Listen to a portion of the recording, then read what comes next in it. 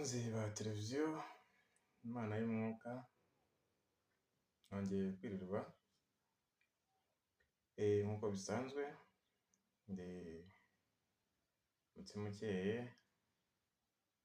wuje ubugwaneza, wuje ubumuntu, umutima mwiza.